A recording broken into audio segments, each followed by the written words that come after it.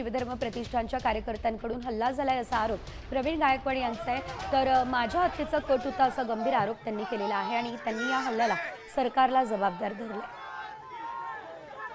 माझ्या हत्येचाच कट केला गेला होता, माझ्यावर तशा प्रकारचा हल्ला झालेला आहे। माझे कार्यकर्ते संभाजी ब्रिगेडचे संभाजी भोसले असतील आणि त्यांचे सगळे सहकारी यांच्यामुळे मी आज जिवंत आहे, अन्यथा माझ्यावर जीवितावर हल्ला झाला होता आणि याला पूर्णपणे सरकार जबाबदार आहे। हे निश्चित आहे, ते भाजपचे कार्यकर्ते आहेत, ते शिवधर्म प्रतिष्ठानच्या नावाने काम करतात। आज ना उद्या ज्यांनी माझ्यावर हल्ला केला त्यांना निश्चित पश्चाताप होईल। मला त्यांच्याबद्दल काही राग नाहीये, माझा कुठला निषेध नाहीये, पण याच्या मागे जे षडयंत्र आहे ते दोन विचारसरणीचा जो संघर्ष आहे हा मूळ चर्चेचा विषय आहे।